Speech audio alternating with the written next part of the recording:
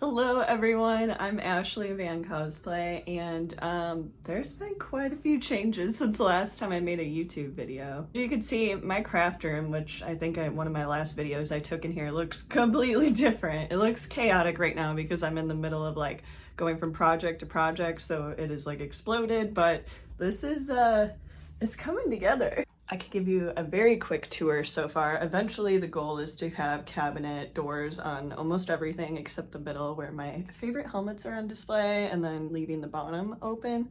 Got some lighting going on in there, which is really fun. Drawers for smaller stuff. I have to organize my fabrics. As you can see, they're all over the place. This is my in progress cosplays.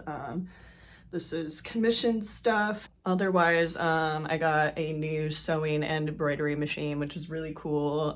This is my standing desk, which has been really great for my back. I'm trying to think what else. I have a desk I got for $5 at like a garage sale, so that's become like my Cricut area. And then this is my my giant stash of Cricut vinyl because I buy the same ones forgetting I have them. So we will get it organized eventually. But the other big thing going on in my life is I have started to dip my toes into making wrestling entrance gear, which is this bad boy back here that we're going to talk about. If you follow me on literally any of my other socials, then you will already know that I have been making capes for Axiom in WWE, which is really cool. This is actually the fourth one I've made, and it is by far my favorite one. I'm so excited.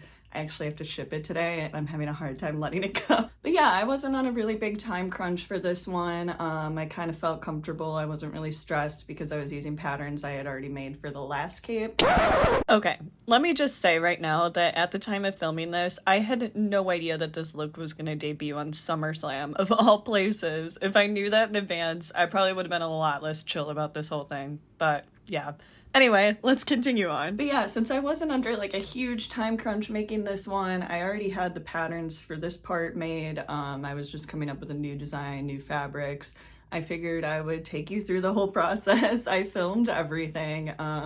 So I thought it would be interesting to show you guys how I make wrestling entrance gear. By the time I edit and post this video, it'll be after it has been worn. But at this time, the exciting thing about this is that this matches a in-ring gear that has not been worn yet, which is really fun because like the whole look gets to debut together and I'm very excited about it.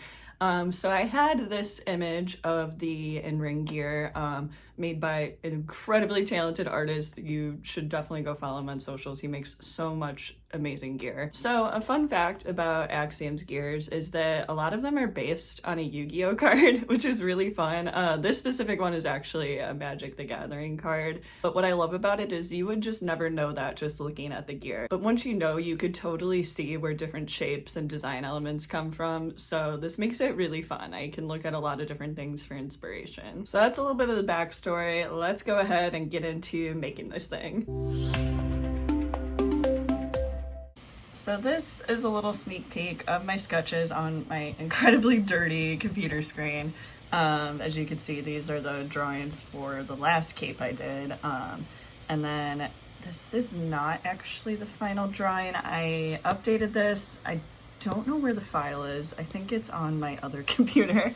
But yeah, you can see this is how I start. I have all the inspiration pulled off to the side too. So that I'm just like keeping that in mind, checking the fabrics. But this is where I start before I even look at any fabrics. This was actually my quote-unquote final sketch because you can see it's still pretty rough and I ended up changing the design along the way. But yeah, this is where I just get an idea of like shapes I want to do, what I think I have in mind. And then from here, as you can see, I started pulling in pictures of the fabrics. Like I drew this first and then I was like, all right, I think I want like a fun blue fabric for the lining of the cape. I went on Etsy, I found this fabric, amazing, loved it.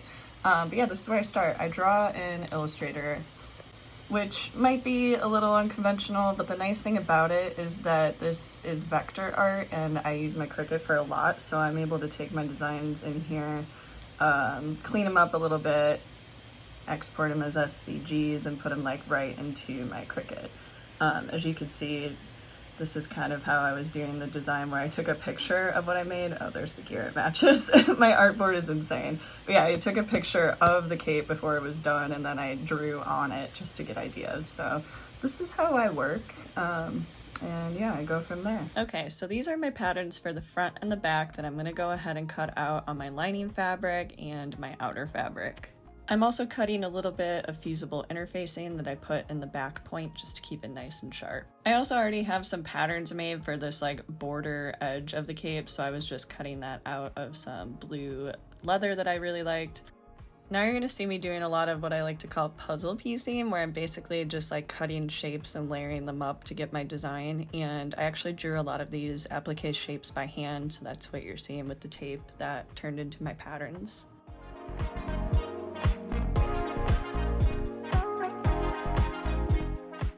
And then I cut those patterns out on this really beautiful ombre fabric, which ended up being the star of the show of this gear for sure.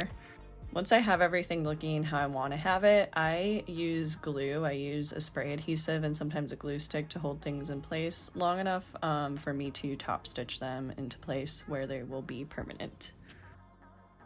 When it comes to sewing, I use a Teflon foot for leather and then a walking foot usually for spandex. And then once I have everything permanently attached, that's when I go ahead and assemble my garment.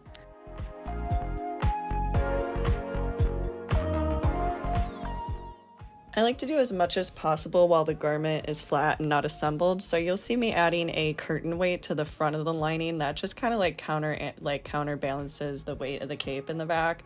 And I'm also measuring out the elastic for the shoulder strap that goes under the arm, and I wrap the elastic in spandex that coordinates with the look, just so like if it's ever visible it doesn't look out of place. I just like it better that way. So here is the lining piece completely assembled. You'll see the weight in the front, and then we have the shoulder strap with some Velcro in the front, so it's easy to take off when he gets to the ring. Next began the cape part. I already had the template made for the shape of the cape I wanted to do, but you're actually going to see me standing here like trying to figure out what the hell I wanted to do.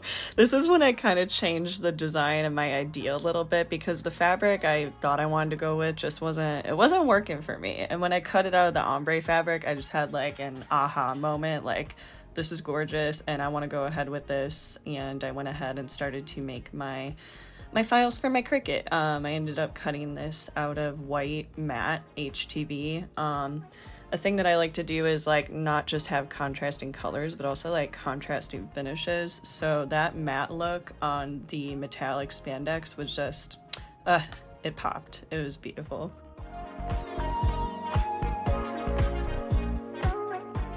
The final touches was just to add some Velcro to the cape. I always make it so it could be removable because sometimes we swap like the designs and colors in and out, and then I just assembled everything with some binding on the edges and it was done.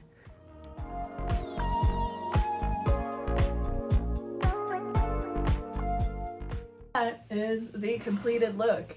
This is by far my favorite piece I have done. So thank you for watching. If you would like to see more of what I'm working on, be sure to follow me on my other socials. I'm @cosplay on Instagram, TikTok, Twitter, everywhere. I will see you next time.